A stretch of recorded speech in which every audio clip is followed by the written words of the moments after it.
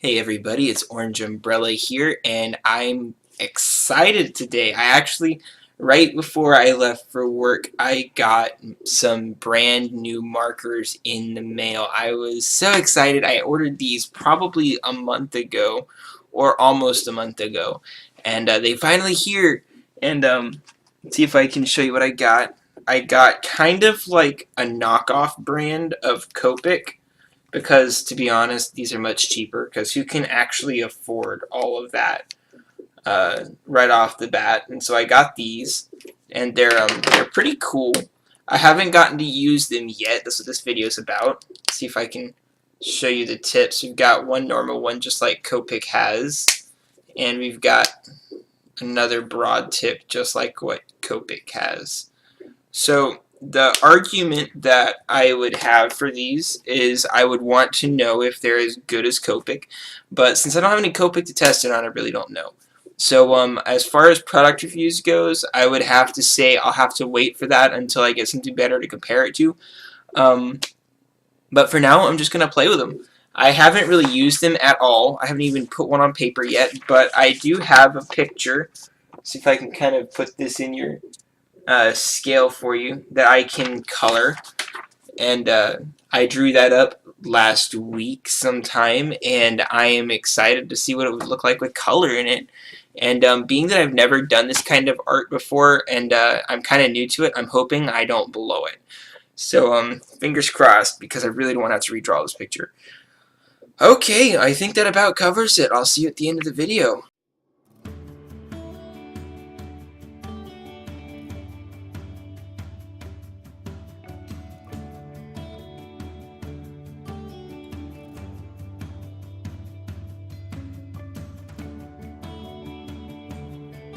So, to satisfy all of you artists out there, I will be talking about them as the video progresses. So, basically, the color content in these pens I found to be really pretty good.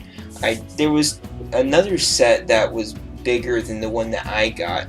I got the 80-piece set, but you can get an 120-piece, I think.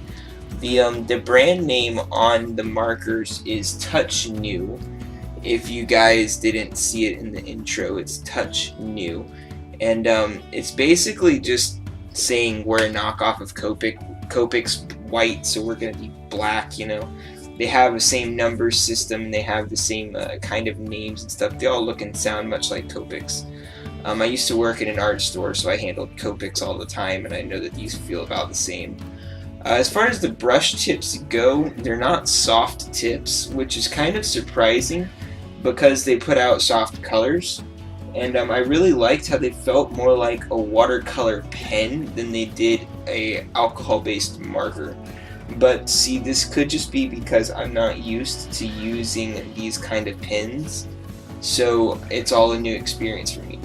But one thing I did notice was that because it was cheaper, some of the product quality was a little bit lower. Like the felt tip nibs on a couple of them were a bit bent. Some of them were gone in crooked, and some of them weren't in all the way, and I was afraid of it falling out while I was doing it. One of my reds that I use for the sky ended up that way. I was afraid that the red tip would fall out and get all over Moses, you know. But you know, all total, they were pretty good. I can't really complain at all about them. I only paid $60 for 80 markers. And when you're talking about a bunch of Copic knockoffs that actually do a really decent job, and you're talking about paying less than $1 for each marker, and shipping and handling being free, I really have no complaints. I mean, I have a couple of critical reviews about it, but I'm not at all dissatisfied with these things. I love them.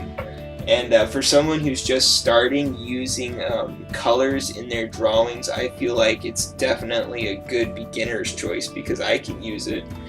And the picture that I turned out actually looks really nice. It's really sharp and crisp, and I feel like if I can do this being a neophyte, is that the right word? Neophyte, there we go, beginner at this, then I feel like pretty much anyone can. And it turns out beautiful. You know, I loved it. And so that's what I have to say about the markers. I'm probably going to spend the rest of the time talking about the subject itself. The picture that I drew is like a 4-frame comic book out of a graphic novel, I guess you could say, of the death of Moses. Now, if you're into the Bible, you all know who Moses is.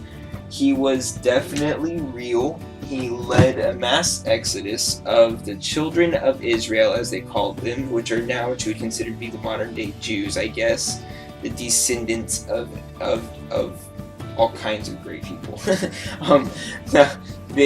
He led the mass exodus out of Egypt, and before he managed to go into the promised land that God had led them to, he died because he was unfaithful, according to the Bible. So this scene here is Moses in the last few moments leading up to his demise, and I felt like it was a good chance to catch some emotion and throw it into a graphic novel-ish kind of drawing. And I did all of the layout for this in church, if you could believe it, while of all people my dad was preaching. So I mean, you know, it's kind of ironic, but it's just, you know, it's fun. So it kept me from sleeping. But there's all kinds of really cool things to notice about this picture, because the actual conversation that Moses has with God, that you could kind of imagine in your mind, this whole dramatic, I'm about to die and I know I'm gonna die, and all this stuff, it's not really recorded so much. The only thing we really know about the death of Moses is that when he died, God dissolved him into dust, so that way the Israelites could not find his body to worship him as a god. And God's pretty touchy about that sort of thing, apparently. So the end scene is him starting to dissolve into dust in a very graphic, novelish manner, and you know, using these long, streaming, cloudy, dusty wisps. And so I use a whole bunch of different colors for the sky, trying to help balance the picture out. You know, I know there's a lot of warm colors in the picture, so I tried to balance a little bit of cool colors in there with it. And I feel like the whole thing overall just worked out. There's a great sense of emotion in the picture, and there's a great sense of story going on. You can see what's going on. The colors are all there. It's great. And to be honest, I'm really happy with it. I wish that I could make more of this sort of thing, and I may in the future.